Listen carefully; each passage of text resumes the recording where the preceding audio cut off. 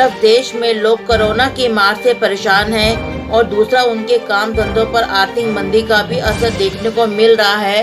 तीसरा, पिछले कई दिनों से पेट्रोल डीजल की कीमतें रुक कर हो रही वृद्धि से लोग परेशान तो थे ही, लेकिन एलपीजी सिलेंडर के 25 रुपए दाम बढ़ने, दूध के 2 रुपए किलो दाम बढ़ने और सब्जियां दालें तो खैर पूछिए ही मत। कीमतें बढ़ने से लोग महंगाई की मार से परेशान हो रहे हैं। दूसरी तरफ महंगाई बढ़ने के पीछे सरकार के अपने तर्क हैं, लेकिन आम आदमी इस महंगाई की बढ़ोतरी होने से त्रस्त है। इस बारे में राजनीतिक दल विरोध भी कर चुकी हैं, लेकिन विरोध का असर कहीं दिखता नजर नहीं आ रहा है। जब महंगाई की परेशानी को लेकर आपकी अपनी पार्टी पीपल के राष्ट्रीय अध्यक्ष रामवीर चौहान से इस बढ़ती महंगाई को लेकर उनकी पार्टी का क्या रुख है, तो आइए सुनते हैं उन्होंने क्या कहा। देखिए, ये जो सरकार है, मैं पहले भी बता चुका हूँ, ये इस भारतीय जनता पार्टी का जन्म सूटकेस के अंदर हुआ। ये सरमाएदार पूंजीपतियों की पार्टी है, इसका गरीब से कोई सरोकार नहीं है। और इसलिए इनको गरीब आदमी अगर भूख से मरे या प्यास से मरे या किसी उनके मरने से ना इनके अंदर कोई संवेदना है। आप देखें, जो शासन करने वाले लोग हैं उनका कोई परिवार नहीं है, सही मायने में उनका कोई परिवार नहीं है। ना तो उन्होंने शादी कर रखी है, ना उनके बच्चे हैं और ना ही उनको परिवार की जिम्मेदारी का पता है।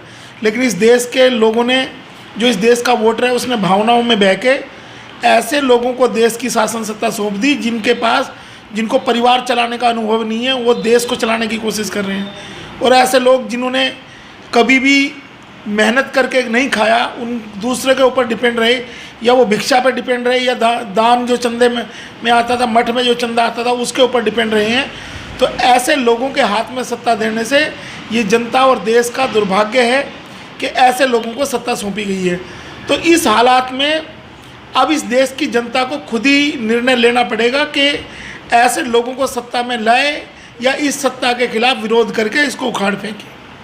आपकी अपनी पार्टी पीपल की क्या मांग है इस महंगाई को लेकर, इस बड़े? देखिए, हम मांग नहीं करते, हम परिवर्तन की बात करते हैं। हम चाहते हैं कि इस सरकार का हम परिवर्तन करके एक नई सरकार जो लोगों की संवेदनाओं को समझ सके, लोगों की भावनाओं को समझ सके और उनके दुख दर्द को बांट सके। ये अत्याचारी सरकार है, ये लोगों की संवेदनाओं को नहीं समझती।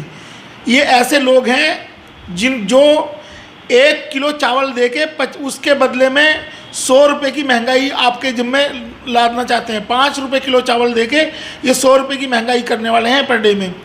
आज इस देश का दुर्भाग्य है कि पिछले 7 साल से इस अत्याचारी सरकार के खिलाफ ये विपक्ष की भी जिम्मेदारी थी, लेकिन कोई भी बड़ा आंदोलन खड़ा नहीं किया गया।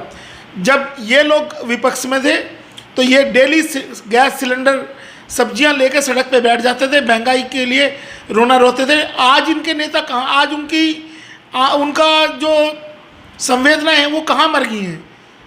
आपने देखा होगा, स्मृति ईरानी जी सिलेंडर रख के बैठी हुई हैं, अरुण जेटली जी सिलेंडर रख के बैठे हुए हैं, प्याज की माला सुषमा स्वराज जी गले में डाल के बैठी हुई हैं। क्या आज वो हालात नहीं है? उससे भी बदतर हालात हो गए। लेकिन देश का नागरिक अपने, ऐसा लगता है कि मानसिक रूप से बीमार हो चुका है, वो अपने शोषण के खिलाफ आवाज़ ही नहीं उठाना चाहता। और इस शोषण के खिलाफ एक बड़ा देश में आंदोलन की जरूरत है, जिसमें देश के युवाओं को बड़ी भूमिका निभानी पड़ेगी। अगर इस तरीके से गूंगे रहे तो अत्याचार बढ़ता जाएगा शासन का।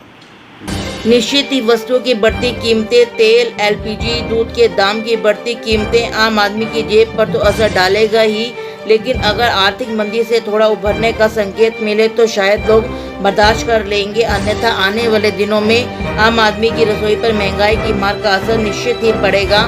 ब्यूरो रिपोर्ट, टोटल खबरें, दिल्ली।